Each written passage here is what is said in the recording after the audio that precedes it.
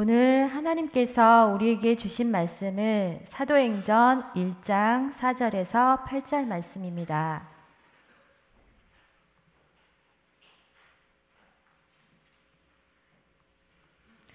이제 봉독합니다. 하나님의 말씀을 경청하십시오.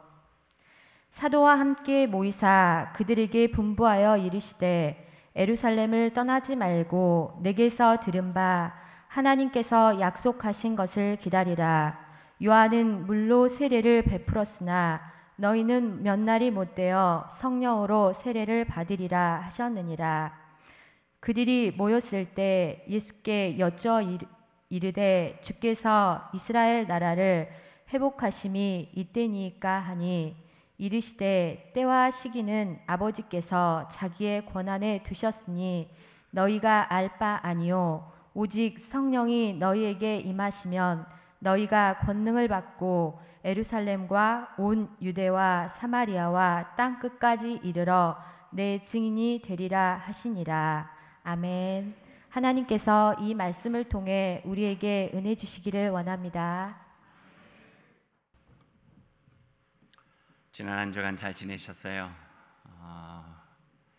마음의 중심을 잡기가 힘든 시간들을 저희들 보내고 있습니다. 그럼에도 불구하고 우리 마음을 드리고 의지할 수 있는 분이 계시다고 하는 것은 위로가 되고, 또 그분 안에서 우리가 찾을 수 있는 길이 있다고 하는 것은 우리 마음속에 또 다른 은혜입니다. 오늘 이 시간 주님의 전에 나온 여러분의 마음속에 하나님의 한없는 은총과 그 사랑으로 또 새롭게 힘을 내고 용기 있게 살아갈 수 있는 그런 삶이 허락되시기를 간절히 소망합니다. 우리 함께 기도하겠습니다. 수고하고 무거운 짐진 자들아 다 내게로 오라. 내가 너희를 쉬게 하리라. 나는 마음이 온유하고 겸손하니 나의 멍에를 메고 내게 배우라. 그리하면 너희 마음이 쉼을 얻으리니 이는 내 멍에는 쉽고 내 짐은 가벼움이라. 주님 앞에서 모든 짐을 다 내려놓습니다. 내려놓을 수 있는 것이 있음이 감사합니다. 십자가 그늘 아래서 주님이 주시는 위로와 쉼과 평강을 누리길 원합니다. 지난 주간 우리는 온 나라의 소식을 들으며 마음이 슬프고 안타깝고 분노하며 아파했습니다. 그러나 그 아픈 마음으로 주님 앞에 나와 이 거룩한 주일에 우리는 주님을 나의 주, 나의 하나님으로 고백하며 아버지 하나님께 예배드리게 하시니 감사드립니다. 주님의 이름을 부르고 우리 삶에 깊은 탄식을 드리는 은총을 얻었으니 얼마나 다행스럽고 감사한 일인지 모릅니다. 이제 온 마음으로 영광을 주님께 돌립니다. 그리고 주님의 말씀을 듣겠습니다. 이 말씀 따라 사는 동안 지치지 않게 하시고 이 말씀 따라 사는 동안 주님의 나라를 이루어 주옵소서. 말씀이 있으니 지치지 않습니다. 말씀이 빛이 되어 우리를 인도해 주십니다. 하나님의 그 말씀 따라 사는 동안 어두운 세상만 탓하지 않게 하시고 나를 통해, 우리를 통해 하나님의 나라를 이루어갈 수 있도록 주님 인도해 주시고 용기를 허락하여 주옵소서. 예수님의 이름으로 기도드립니다. 아멘. 종교개혁 주일 저희들 보냈고요. 또 추수감사 주일 지내는 동안에 잠깐 내려놓았던 참된 하나님의 교회를 향한 우리 교회의 비전, 그 시간을 같이 나누려고 합니다. 6가지의 비전 다 나눴고요. 오늘 그 마지막 7번째 여러분과 함께 나누게 되는 것 같습니다. 그동안 나눴던 6가지를 한번 기억해 보면은요, 한 번씩 떠올려 보세요. 복음을 전파하는 일, 제자의 삶을 살아가는 일, 이웃을 사랑하는 일, 좋은 교제를 나누는 일, 신앙의 유산을 남겨 다음 세대를 바로 세우는 일, 살아있는 예언자 정신으로 이 세상을 변혁해 가는 일, 6가지죠. 그리고 오늘 마지막 7번째 하나님의 선교, 그 선교를 통하여서 이루는 하나님의 나라에 대한 그 꿈을 우리가 함께 나누게 되었습니다. 하나님의 선교는 무엇일까요? 하나님이 주체가 되는 선교죠. 선교의 주인은 선교사도 아니고 우리도 아니고 하나님이시라고 하는 거예요. 하나님께 선교를 하시는데 우리는 그분의 뜻과 질서에 순종하면서 함께 참여하는 것이죠. 하나님의 선교에 대해서 우리가 알아야 될 말씀들은 무궁무진하지만 매우 소중한 말씀 한두 개 정도를 우리가 읽고 마음에 새기면서 오늘 말씀들을 우리가 같이 나눠보면 좋겠어요. 하나님의 선교는 이 땅에 대한 하나님의 관심으로부터 시작되어져요. 그것은 바로 요한복음 3장 16절에 있는 말씀이죠. 하나님이 세상을 이처럼 사랑하사 하늘 아드님을 이 땅에 아들로 보내주신 그 사건이 바로 하나님의 선교의 첫 출발이에요. 그러고 보면은 우리 예수 그리스도는 이 땅을 향해 파송된 첫 번째 선교사다, 이렇게 표현할 수도 있을 것 같아요. 이 말씀에 담긴 선교의 매우 중요한 의미가 하나가 있는데요. 그것은 선교는 하나님의 뜻과 그분의 나라를 이 땅에서 이루어가는 일이에요. 하늘 뜻 이 땅에서 이루어지고 하늘에서 이루어진 하나님의 나라를 이 땅에서 이루어가는 일이 바로 선교라고 하는 말씀이에요. 그래서 선교라고 하는 단어는 단순하지 않아요. 그래서 문자적으로 이해할 수 없는 포괄적인 의미가 있고요. 추상적인 그런 개념 아니죠. 역사적인 구체화되어진 단어예요.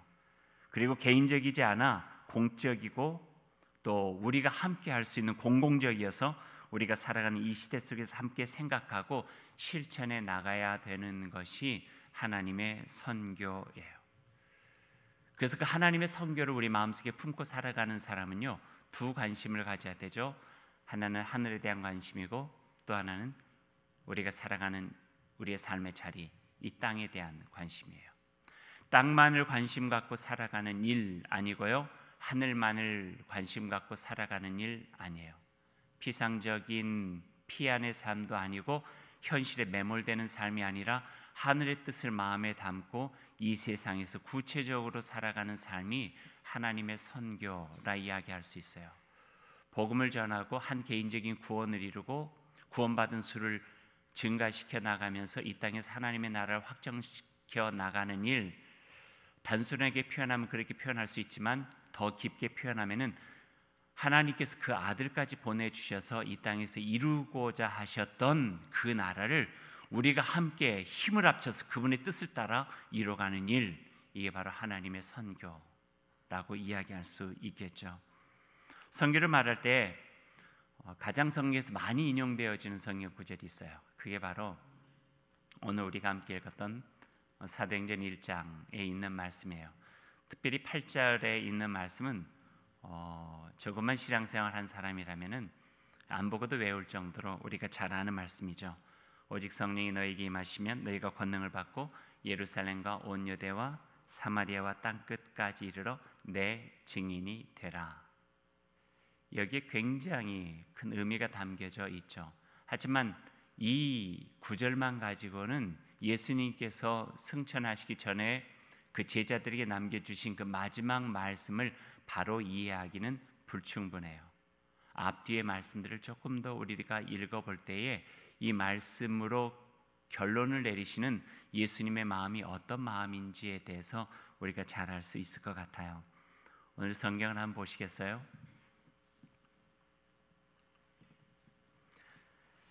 8절만큼이나 우리가 마음에 지녀야 될 말씀이 4절에 있는 말씀이에요. 4절에 있는 말씀을 우리 한번 같이 읽어보죠. 사도와 함께 모이사 그들에게 분부하여 이르시되 예루살렘을 떠나지 말고 내게서 들은 바 아버지께서 약속하신 것을 기다리라. 앞에는 상황이고요, 뒤에는 예수님께서 하신 말씀이에요. 예수님께서 하신 말씀은 예루살렘을 떠나지 말고, 어디를 떠나지 말라고요? 예루살렘. 내게서 들은 바 아버지께서 약속하신 것을 기다리라. 떠나지 말고 기다리라 하는 거예요. 근데 8절에 가면은요, 증인이 되라 하면서 떠나라 이렇게 말씀을 하세요. 떠나지 말고 기다리라 하는 것과 증인이 되어 떠나라, 땅 끝까지 이르러 내 증인으로 살아가라 하는 말씀과의 그 가운데 무언가가 있는 것 같죠. 그 당시 상황을 잘 살펴보면은요, 예루살렘을 떠나지 말라 하는 예수님의 명령은요, 제자들에게는 조금 당혹한 명령이었어요. 특별히 주로 갈릴리 지방 사람들이 많았던 이 제자들에게는 예루살렘을 떠나지 말라 하는 것은 받아들이기 참 어려웠던 일이에요. 예루살렘이 낯선 곳이어서만 그런 것은 아니고요, 예루살렘에서 그들이 경험했던 것 때문에 그래요. 예루살렘에서 그 제자들은 어떤 것을 경험했나요? 잊고 싶은 일들, 기억하고 싶지 않은 일들이 예루살렘에서 얼마나 많이 있었는지 몰라요. 기억에서 지워버리고 싶은 장소가 예루살렘이에요. 그곳에서, 그 예루살렘에서 제자들은요, 매우 비겁했어요. 자기의 스승을 모른다 했거든요. 자기 목숨줄 구하고자 무기력했어요. 그 스승 하나 지키지 못했던 무기력함에 대한 처참한 심정들을 그들이 처절하게 느꼈던 곳이 예루살렘이에요. 참담했어요. 자기들만 남아버린 그 세상이 얼마나 힘겨웠겠어요. 실패한 삶이 고스란히 남아있고요, 패배와 절망이 여실히 남아있고, 상처와 한이 서린 그 자리를 하루라도 빨리 떠나고 싶었던 마음들이 이 제자들의 마음이었어요. 이건 제자들뿐만 그런 건 아니에요. 너무 힘들었던 기억 있는 장소는요, 다시 가보고 싶지 않아요. 남자들은 어디를 안 가보고 싶냐면은 군대 생활했던 곳, 다시는 내가 이쪽 보지도 않는다, 뭐 이래요. 그냥 조금 설교 시간에 사용하긴 그렇지만, 그냥 군인들의 표현을 하면 내가 이쪽을 보고 오줌도 않는다, 뭐 이런 표현을 할 정도로 거기를 외면하고 싶은 거예요. 제자들에게 예루살렘이 그런 곳이에요.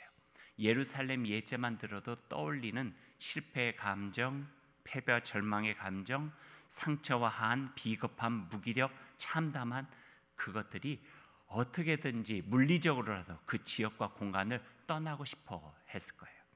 엠마오로 가는 두 제자가 그런 심정 아니었을까요?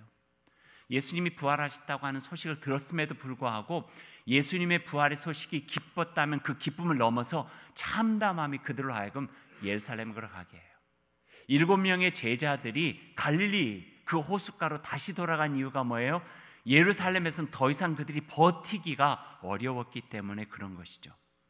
그런데 예수님은 그 처참한 패배의 기억이 있는 그곳 예루살렘을 떠나지 말라, 그리고 그곳에서 기다려라, 그렇게 말씀해 주고 계시는 거예요. 왜 떠나지 말라 하시나요?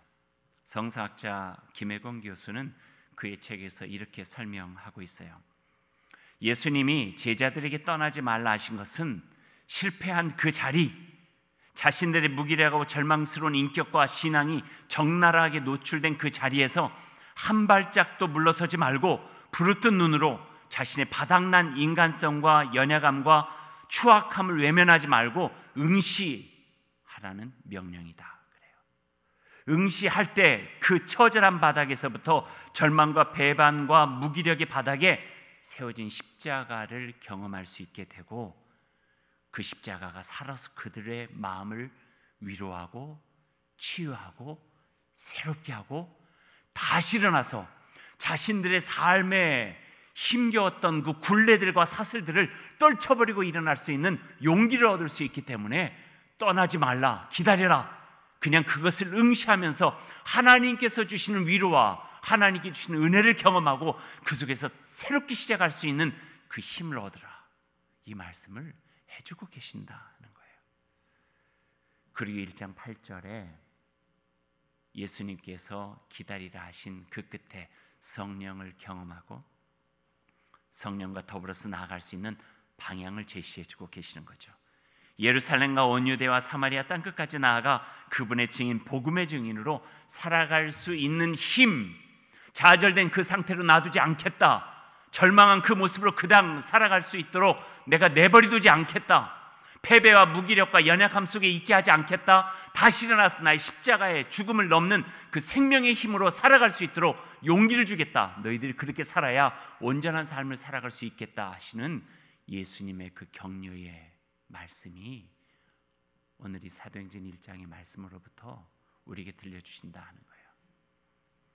열등감의 치유예요. 좌절된 꿈의 치유예요. 상처의 회복이에요. 작건 크건 우리는요, 힘들면 보고 싶지 않아요. 말하고 싶지도 않아요. 누가 건들기만 해도 속에서 날카롭게 반응하는 것이 우리의 모습이에요. 그런데 예수님께서는 그렇게 살지 말라는 거예요. 너 자신이 응시하는데 내가 너와 함께 하겠다, 성령이 도와주시겠다, 그럴 때 바로 그 자리가 죽음의 자리가 아니라 우리의 암울한 자리, 우리의 허망함을 발견하는 그 자리가 아니라 거기서 십자가로 다시 세워주시는 하나님의 은혜를 경험하는 자리가 될 것이다. 이렇게 말씀을 해 주시는 거죠. 예수님께서 예루살렘을 넘어 땅끝까지 나아가 증인의 삶을 살라 명하셨죠. 그렇게 살아가기 위해서는 떠나지 말고 기다리며 내 안에 격려해 주시는 하나님의 영, 성령의 능력이 필요하기 때문에 그러신 거예요. 성령의 힘을 덧입지 않고는 그리 살아갈 수가 없대요. 성령께서 도와주시지 않으면은 우리의 삶에 너무 무거운 짐들을 떨쳐버릴 수가 없대요. 그래서 잠깐 기다리라는 거예요. 보혜사 성령께서 너희를 도와주셔서 다시 이렇게 세워주셔서 새 힘과 새 용기를 가지고 살아갈 수 있도록 도와주실 때까지 이 자리를 떠나지 말고 기다리라. 그렇게 말씀을 해 주셨죠. 그리고 그들은 기다려요. 쉽지 않지만 응시하면서 기다려요. 주의 성령이 내 안에 이루어질 때까지. 그리고 1장 8절 우리는 희망의 복음으로 읽게 되는 거예요. 오직 성령이 너희에게 임하시면 너희가 권능을 받고 예루살렘과 온 유대와 사마리아를 넘어 땅끝에 이르기까지 이제는 내 증인으로 살아갈 수가 있는 하나님의 복된 사람이 되었다 선언해 주고 계시는 거예요. 예수님께서 이 땅에 계실 때 어떠한 말씀을 하셨는지, 어떠한 삶을 살아갔는지 드디어 기억할 수 있게 된 거예요. 참담함과 자기의 비겁함과 자기의 무력함을 넘어서 하나님의 사랑을 경험할 수 있게 된 거예요. 예수 그리스도께서 우리 함께 계시면서 우리와 어떤 사랑을 나누셨는지를 다시 기억할 수 있게 된 거죠. 그러니 그 마음에 살아 꿈틀대어리는 희망을 경험하고 다시 일어나서 주님의 말씀을 회복하고 기억하며 주님께서 어떻게 살아가라 그러셨는지를 마음으로 다시 한번 용기를 가지고 나아갈 수 있는 그 방향을 갖게 되었다. 오늘 성경은 우리에게 말씀해 주고 계세요. 우리에게 꼭 필요한 말씀입니다. 이기적이고 용기 없고 보이는 것만 보는 우리에게 주님께서는 더 나은 세상을 향하여서 볼 수 있는 은혜를 허락해 주셨어요. 그럼 예수님의 증인으로 살아간다고 하는 것은 무엇일까요? 예수님의 증인, 복음의 증인으로 살아간다고 하는 것은 무엇일까요? 그것은 우리 마음속에 하늘을 담고 살아가는 일이에요. 그리고 아주 섬세하고 구체적으로 복음서에서 예수님께서 살아가셨던 어쩌면 공생의 그 3년 동안의 삶의 그 기록들을 기억하고 기억되어진 그 말씀들을 우리의 삶으로 체화해 나가면서 살아가는 삶이 바로 증인의 삶이죠. 나는 보았으니까 증인이에요. 나는 알게 되었으니까 증인이에요. 나는 경험했으니까 증인이에요. 내 안에서 그 처참했던 내 삶이, 죄로 얼룩졌던 나의 삶이, 헛된 세상에 꿈꾸며 살았던 나의 삶이 주님 예수 그리스도로 인하여서 내가 새롭게 되었고 구원의 은총을 경험하게 되었고 그 어떤 것과도 바꿀 수 없는 그 기쁨이 내 안에 가득 찼다. 증인이에요. 일어날 수 없는 나를 일으켜 주셨다. 증인이에요. 내 힘으로는 할 수 없는 그것을 하나님께서 할 수 있도록 도와주셨다. 증인이에요. 그래서 증인은 고백이 있어요. 고백이. 내 안에서 역사하시는 하나님에 대한 고백, 내 안에서 일하신 예수 그리스도에 대한 고백, 그 고백이 내 안에 있기 때문에 이제는 그분의 증인으로 내 안에서 하신 그 일에 대한 증인으로 살아갈 수 있는 하나님의 사람, 하나님의 백성, 그분의 뜻을 내 마음에 품고 살아갈 수 있는 이 땅의 사람들이 될 수 있다고 하는 그 고백들이 바로 증인이죠. 그럴 때 죽고 죽이는 치열한 전쟁터에서 하나님의 평화를 외칠 수가 있어요. 원수로 여기고 미워하고 시기하고 질투하는 세상에서 화해를 선포할 수가 있어요. 모두들 당연시하고 있는 편법과 불법의 세상에서 가난해도 좋다고 하는 각오를 가지고 정직하고 고든 마음으로 하나님의 나라를 품고 살아가는 주의 증인이 될 수 있는 거예요. 장기와 세리의 친구 대신 주님처럼 외로운 자의 곁에서 친구가 되어줄 수 있는 힘을 얻고 그 누구도 피하려 하는 나병 환자의 환부에 스스로 손을 대어 사랑으로 치료하신 예수님의 마음을 갖고 힘들고 어렵고 병든 자 아픈 자를 그리스도의 그 너그러운 눈길로 대하는 그 마음이 증인이에요. 그러니 그러한 경험이 없으면 그런 삶을 어떻게 살아가겠어요? 여전히 이기적이죠. 여전히 용기 없죠. 여전히 보이는 것만 보게 되죠. 보이지 않는 곳에서 내게로 다가오셔서 내 안에서 일하신 예수 그리스도에 대한 놀라우신 경험, 그분이 내 안에 계심으로 인하여서 경험되어졌던 말로 다 표현할 수 없는 하나님의 은혜, 그 사랑, 그 은총, 그것이 우리를 증인으로 살아갈 수 있도록 도와주신다는 거예요. 예수님은 그렇게 해주고 싶었어요. 그래서 떠나지 말고 기다려. 조금만 기다리면은 나를 대신하여 이 땅에 있는 보혜사 성령이 너희들의 마음을 위로해주고 너희들의 열등감 치유해주고 너희들 속에서 새로운 일을 시작하면서 주의 백성답게 살아갈 수 있도록, 복음의 증인으로 살아갈 수 있도록 도와주실 거야. 그러니 예루살렘 떠나지 말고 기다려. 이 말씀을 우리에게 지금 들려주고 계시죠. 어제 12시 1시쯤에 잠이 든 것 같아요. 설교 준비하다가 잠깐 나와서 TV를 보고, 설교 준비하다가 잠깐 나와서 TV를 보고, 활활 타오르는 촛불 속에서 희망의 횃불을 발견하고, 마지막에 대치되어져 있는 상황 속에서 막 조바심이 나서 어디다 마음 둘 수 없는 그런 것으로 힘겹기도 했고, 그러면서 제 마음속에 느낀 것은 저것은 그 광화문의 촛불은 결코 분노의 불길이 아니다 하는 생각을 했어요. 마치 2002년인가요? 월드컵을 보는 것 같았어요. 제 마음에. 이건 제 마음인지 모르겠어요. 저기는 축제 같았어요. 진리의 축제 같았어요. 바른 길을 막힌 담을 헐고 새롭게 내는 어떤 축제의 불꽃과 같은 것들을 조금 느꼈어요. 그래서 거기서 불상사가 일어나지 않았으면 좋겠어요. 다른 마음 없이 정말 그 마음의 순수함으로써 하나님의 나라를 지켜내고 하나님의 뜻과 하나님께서 이 땅에서 이루려 하시는 그 공의와 정의를 쉽지 않게 심어내서 거기서 사랑으로 인애를 거둘 수 있는 그 아름다운 모습들이 바로 그 안에서 이루어지면 좋겠다 하는 그런 생각을 가졌어요. 어떤 엄마가 아이의 손을 잡고 오고 아버지가 아이를 무등에 태우고 좀 더 높은 곳에서 지금 눈앞에 펼쳐지는 그 역사의 현장을 보여주려고 했죠.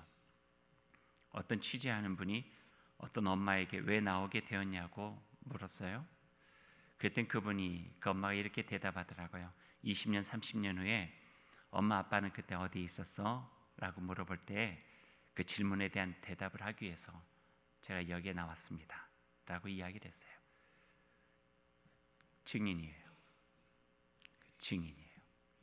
외면하지 않는 거예요. 피하지 않는 거예요. 목도하는 거예요. 목도된 그곳에서 하나님께서 꿈꾸시고 하나님의 뜻하시는 일들이 이루어지기를 바라는 마음으로 기도하는 거죠. 그리고 내가 할 수 있는 일이 있다면 그곳을 실천해 나가는 거죠. 그게 증인의 삶이죠. 비겁한 외면이 아니라 옹골진 직면을 통해서 그곳에서부터 시작되는 치유와 회복, 희망과 생명의 증거들을 십자가를 넘어 부활하신 예수 그리스도와 함께 맛보고 경험하는 일, 증인이에요.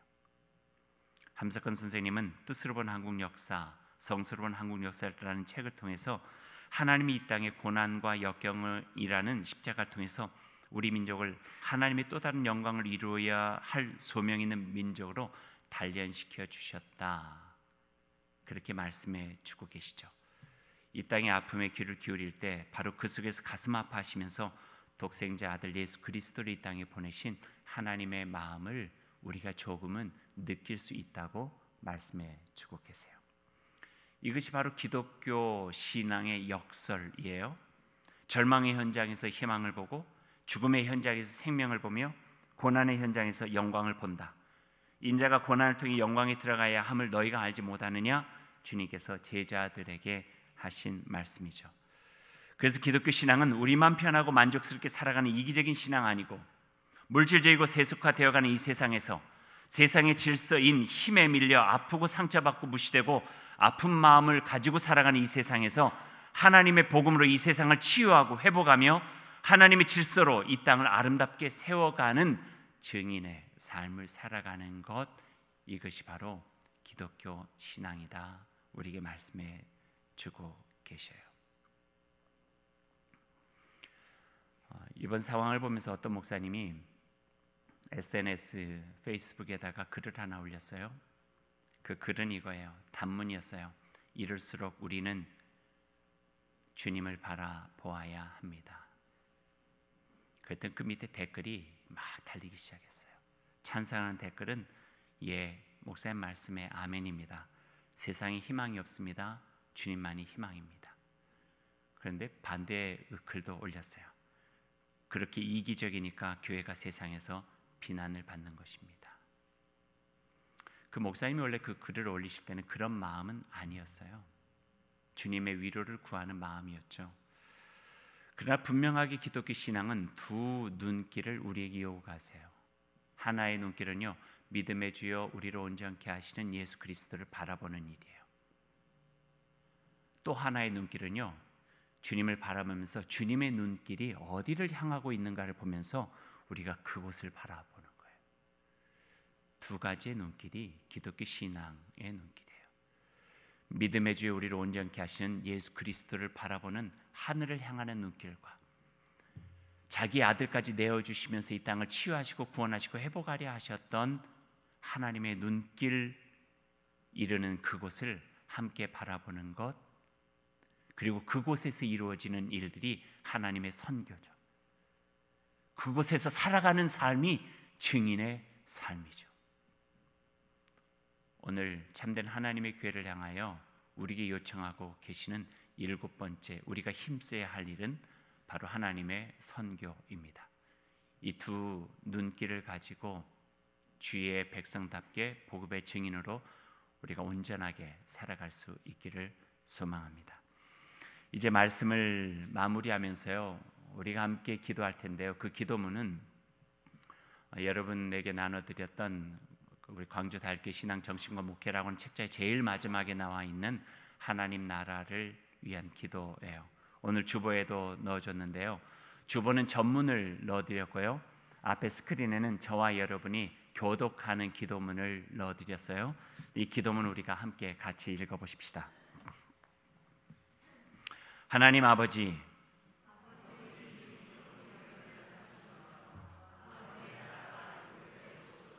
사랑으로 희망으로 오시옵소서.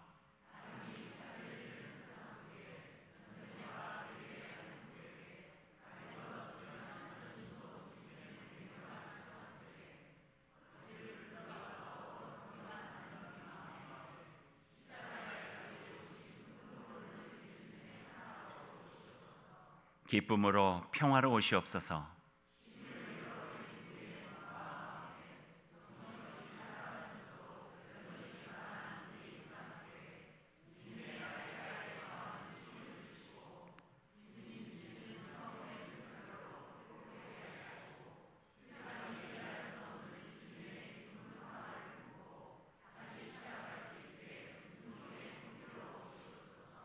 생명으로 오시옵소서.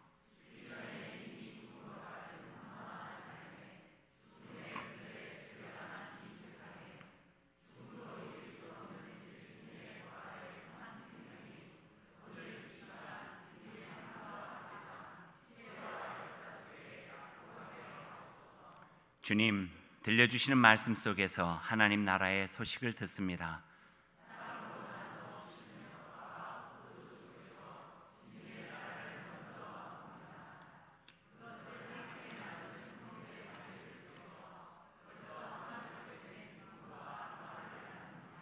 함께 부르는 기쁜 찬송 속에서 만물의 찬송 소리를 먼저 듣습니다.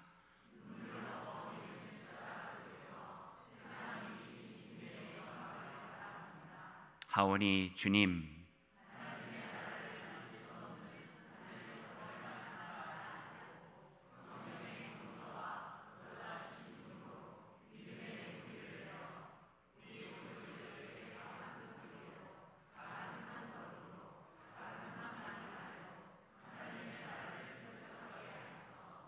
잃어버린 한 마리 양 동전 한 개까지 찾도록 찾으시는 사랑의 집요함으로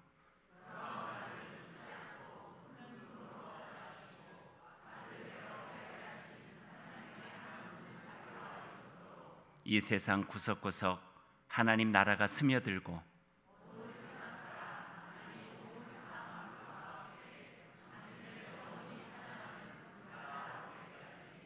우리 함께 손잡고 걸어가게 하소서. 우리 함께 주님의 손잡고 좁은 길을 걷는 기쁨으로 살아가게 하소서.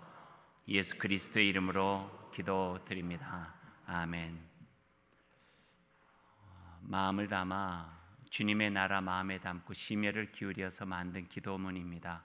이게 우리 광주 다일교회 기도문이기에 우리 모두 이 기도하는 마음을 가지고 이 땅에서 하나님 나라의 아름다운 증인으로 복되게 살아가길 소망합니다.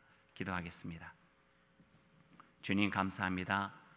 저희들 마음으로 드린 이 기도문이 우리 삶 가운데 이루어지기를 원합니다.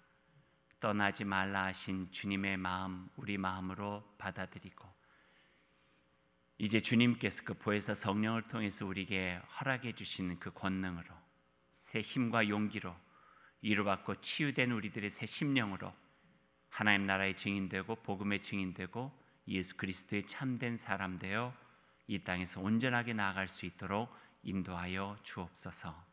예수님의 이름으로 기도드립니다. 아멘.